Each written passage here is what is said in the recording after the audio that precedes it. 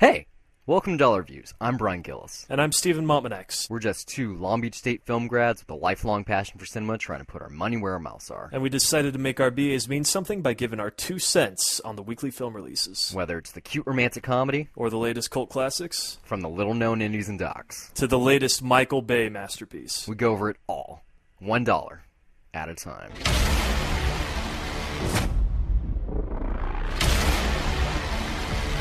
Some alien life force has sent real-life video games to attack us.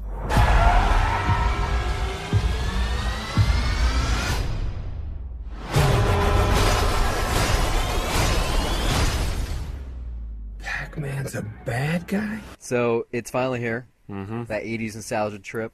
Pixels. Or should I say Adam Sandler's Pixels or Chris Columbus? Adam Sandler. Like, this is a 'Cause Happy this- Madison production. I mean, isn't it not also a 1492 film? It Or did is. he not get the credit? Yeah, so No, it's both, the you know? logo's in there. I think it's definitely more of a Sony movie more than anything, though. How so?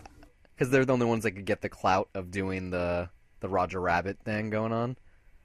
Like, if you didn't have someone, a tech giant who makes video games, the studio would have had a really hard time getting the clearance for all of the cameos, if you will, that are going on here. Most of which aren't even Sony properties, because they weren't in the video game industry at that time period. Yeah, but those rights can't be that expensive either.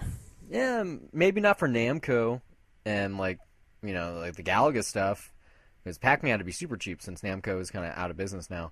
But the Donkey Kong and Super Mario, even though Mario's in the movie for maybe like 10 frames, had to be pretty expensive. It's not something that Nintendo really throws around. But then again, Wreck-It Ralph also had it, so you're probably right. It's probably not that expensive. So, what do you think? How do I talk about this without just being in an echo chamber, just bringing up all the typical Adam Sandler criticism, all the typical Happy Madison stuff? I'm trying, man. Honestly, I'm trying not to do that.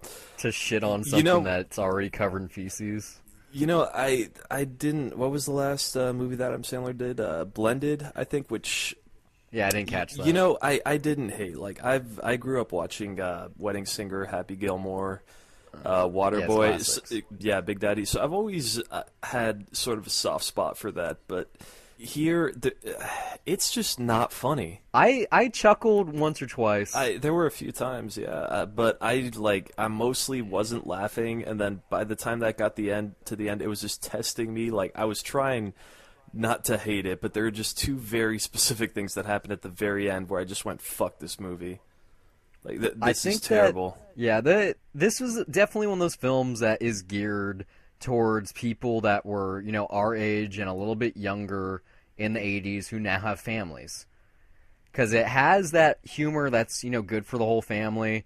And it was kind of interesting, the theater I saw it with, because I would say, that was almost the whole audience, and there were a lot of, tween or early teenage boys in the theater who were laughing, nonstop. There was this kid literally 3 seats away from me who was laughing at, not even the jokes, just every word. And at first it was really annoying. Just repeating them after a while.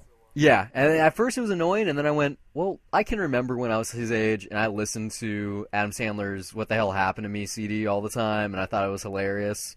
Like, the talking goat stuff on that CD, especially Ode to My Car, I still think it's pretty good. And I remember, being a Jewish kid, just thinking, Adam Sandler, he's the best thing ever. Hanukkah song. Everyone loves that song. So I could totally get where that kid was coming from. This is funny. Look at him. It's hilarious. So that laugh track was kind of fun. But yeah, it wasn't funny. Yeah. I had a similar crowd. There were kids in my theater, and they were laughing, and I can't get mad either because, I laughed it's for them. And I laughed at 8 Crazy Nights back in the day. I thought that movie was actually pretty good. I thought it was funny once. I don't want to find out if it's still funny. I probably would hate it now. The dirty Jewish version of It's a Wonderful Life. His sense of humor, it's really broad, it's really loud, it's in your face, but I think for the old stuff, I could throw that lame excuse of, I grew up with it, so it hit me as a kid back then, and I enjoy it now, because it reminds me of that, but at least I could tell, like, there's stuff that's supposed to be funny. Here, I don't know. I'm just not sure. He just kind of does a goofy face, and he just seems really lazy when he delivers the jokes now. Like, I would hardly even call this a comedy. Like Tyrion Lannister stuff. Oh man, what's his name? Peter Dinklage. Like, I thought almost every moment of him on screen, even the younger version, was pretty good. Like, it wasn't hilarious, but just his personality, I thought it was written really well. Plus, there's the added bonus of getting to watch someone with a mullet using my smartphone. It's pretty good. Very got me into the film. Like, if it was from his perspective, I'm sure it would have been amazing. I don't know. There's a lot of references to a lot of stuff. That's kind of what the film is based on, having these properties. And it's really lazy, which is sad. Because the initial trailer, like the initial teaser, I was really excited.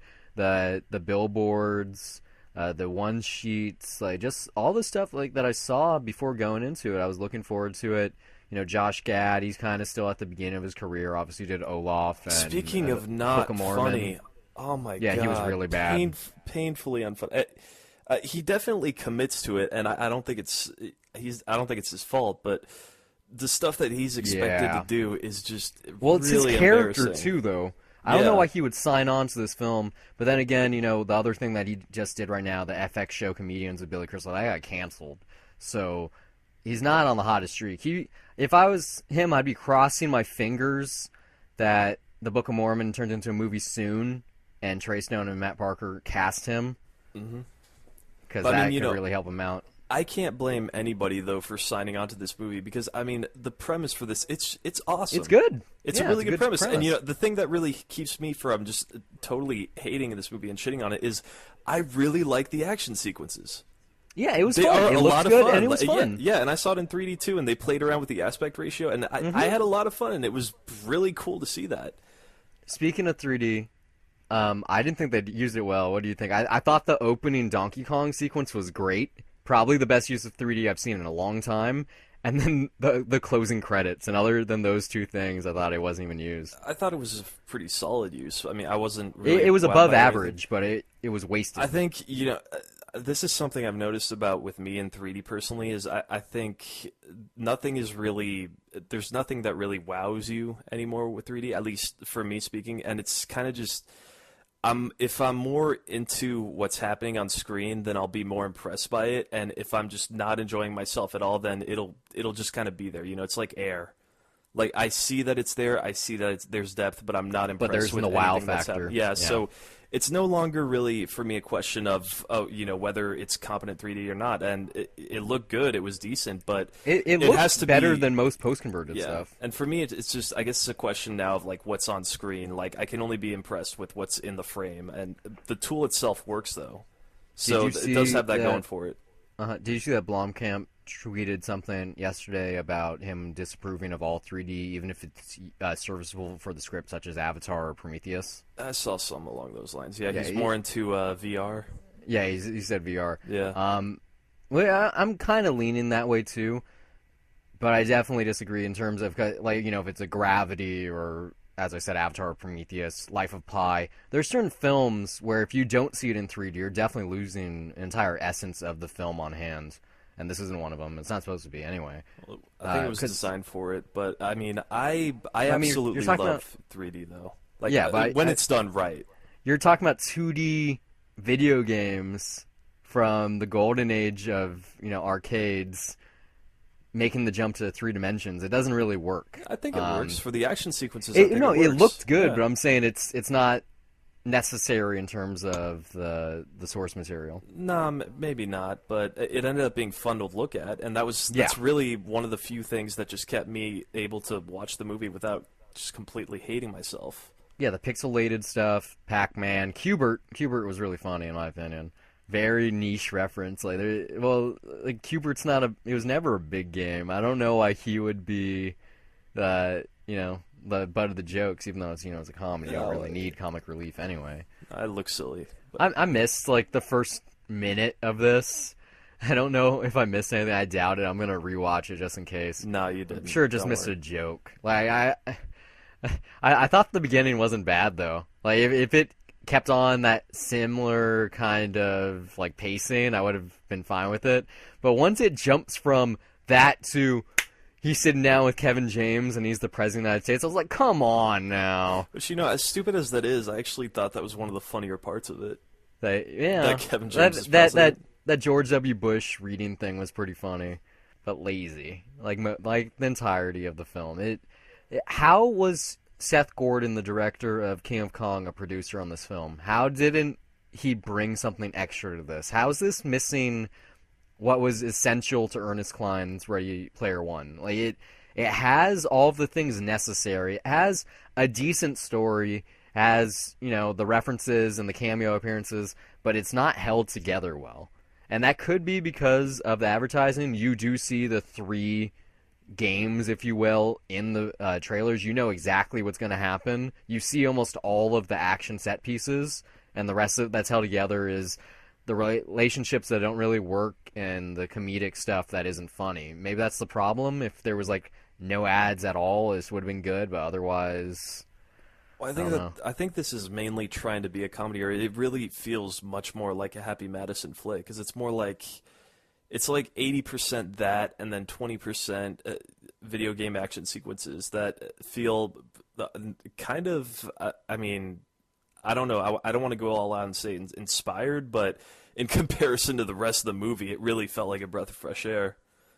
And yeah, it does, it kind of has that, I guess, Chris Columbus touch, which, although I don't know because I haven't really seen anything of his since the first 2 Harry Potter movies. Mm-hmm. It's just he's the guy that wrote Adventures in Babysitting and Gremlins. Great screenplays, great movies, and now... And yet he doesn't even have any control over the screenplay. Yeah. Yeah. What happened to that guy? What happened? Exactly. Yeah. He just got complacent. He's like, well, I was one of the hottest guys in Hollywood. I was working with Spielberg and who not, And then I went, fuck it, Warner Brothers give me a big check. How about I make a Harry Potter movie or 2? Yeah, and then more shit. His first directing gig isn't that good. It's called 9.5 Months, or maybe it's 9 months. It's Hugh Grant and the second Clarice Sterling. I don't know. It's about a pregnancy. It's okay. No, the first one wacky. I have here is Adventures of Babysitting. Well, yeah, that's the first one that he didn't direct. That that was like his first screenplay. That's great. It says directed by, actually. Did he direct that? Good. Yeah. Have you seen that? No, I haven't. Really good. It's like he didn't write it either. It was David Simkins. Okay, well that's the first one he directed. Then that was like right after Gremlins. He got on that. Mm-hmm. And Goonies. I think he worked on Goonies as well. Yeah, that's like the best John Hughes film that John Hughes didn't work on. It's just sad. I'm really happy. I just read this thing on /film right before this recording. Apparently, the closing shot of the film was going to be Mario on top of the Washington Monument looking at the camera and winking, as in, like, making a Pixels 2 happening. That would have been much better than the 1 year later tag that they had right before the credits well, I mean, started. That was pretty bad. That was bad. It was worth. I don't I'm even sure want to think about the logistics of how fucking in weird an that audience, is. I'm sure, like a certain audience, that would have got a couple of laughs. Oh, it got laughs from the kids. Like it was. That makes it even weirder. It was okay. It could have been worse. I'm laughing about it now. I've definitely seen worse post-credit sequences. Yeah, the bottom line for me here. It's okay. It's enjoyable, especially if you grew up in the 80s and you liked playing arcades games, or you had experiences with your dad or whatnot. Because most people do, especially in America. It's okay. It's not funny. It's definitely not worth paying the money to go see it in theaters. But I think when this eventually comes to Crackle or Netflix or something along those lines, I think it's okay entertainment that only lasts 100 minutes. I'm just gonna go out and say, just don't even bother. Don't even waste your time. That bad? I enjoyed the action sequences. Uh-huh. but it really was not enough. And the humor is like 90% of this movie. If I can't engage with that, then you know what? There's just no reason to bother. I mean, the jokes are, if you want to even call them that, and yeah, I'm sorry if it's a cliche criticism, but like maybe you're right. Maybe this isn't worth watch, but I think with some friends and you're into gaming, if you all like get some beer and you watch this, I think it'd be a much better time just laughing at how laughable it is. Not in terms of being funny, but in like hilariously bad. show up to Brian's house with a 6-pack of beer and a Blu-ray, and you're set. Well, thanks for listening, guys. I hope it's been a pleasure. If you enjoyed it, you can find updates and when episodes go live on Facebook and Twitter at Dollar Reviews. You can follow me personally on Twitter at Brian Gillis, that's BryonGillis, and also under the same name on the lovely site Letterboxd, which acts as my film diary, where I rate the films I watch on an almost daily basis, write the occasional review, and even sometimes compile lists. You can also find me on Twitter at S_MTX, and also follow my film diary at letterboxd.com. My username is also S_MTX. There I log everything I watch and sometimes write brief reviews. If you loved what we said, you'd like to contribute some talking points, or you just want to laugh at us and send us hate mail, you can do so at dollar.review@gmail.com. And since we don't know where you're listening from, you can find our recent reviews on iTunes by searching Dollar Reviews. We're also on SoundCloud at soundcloud.com/dollarreviews. And if you're sad that you missed a review and you can't find it on either of those platforms, you can find our entire archive at youtube.com/dollarreview. Once again, that's Dollar Review, one word without the S. Until next time, keep the change.